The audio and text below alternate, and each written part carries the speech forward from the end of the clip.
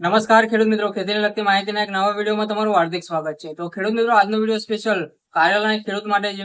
તો કારેલાની ખેતીની અંદર તમારે કઈ વેરાયટી કરવી એ આજના વિડીયોમાં આપણે એના વિશે વાત કરીશું. અને આજે આપણે એક વેરાયટી વિશે વાત કરીશું જે તમારા પાક તમારને સારો એવો નફો આપશે, સારું એની અંદર ઉત્પાદન તમને મળશે અને તમને સારો એવો ફાયદો જોવા મળશે.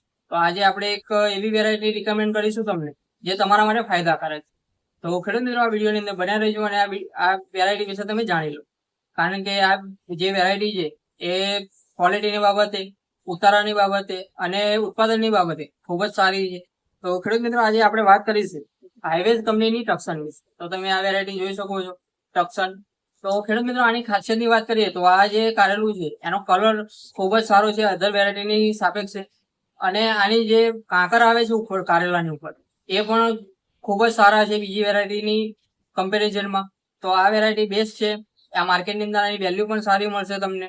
અને આની વાત કરીએ તો વધારે પડતું લાંબુ પણ કારેલું નથી અને વધારે પડતું ટૂંકું પણ કારેલું નથી. આ મધ્યમ કદનું તમને કારેલું જોવા મળશે, જેથી બજારની અંદર તમને સારો ભાવ આનો મળી રહેશે. તો જો તમે કારેલાની ખેતી કરતા હોય તો હું તમને પર્સનલી રિકમેન્ડ કરું છું કે તમે કારેલાની અંદર આ વેરાયટી કરો, ટક્સન, જે તમને સારો એવો ફાયદો કરીને આપશે.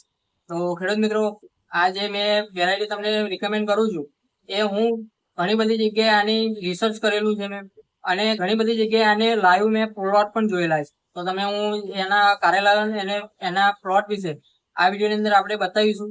તો તમે જોઈ શકો છો કે આ અંદર તમને આનો પ્લોટ બતાવ્યો છે અને કારેલું પણ બતાવ્યું છે. તો આ બેસ્ટ કારેલાની જે વેરાયટી છે. તો જો તમે કારેલાની ખેતી કરતા હોય તો આ વેરાયટી અવશ્ય કરજો, જે તમારા માટે ફાયદાકારક છે. તો જો વિડીયો માહિતીપૂર્ણ લાગ્યો હોય તો વિડીયોને લાઈક કરી દેજો અને તમારા મિત્રોને શેર કરી દેજો. અને જો ચેનલ પર નવો હોય તો ચેનલને સબસ્ક્રાઇબ કરવાનું ભૂલતા નહીં. અને જો તમારે ટક્સનની ખરીદી કરવી હોય તો હરિઓમ એગ્રો સેન્ટરની મુલાકાત લો અથવા તો અમારો કોન્ટેક્ટ કરો, જેથી કરીને તમને અમે આ વેરાયટી પહોંચાડી શકીએ. ધન્યવાદ.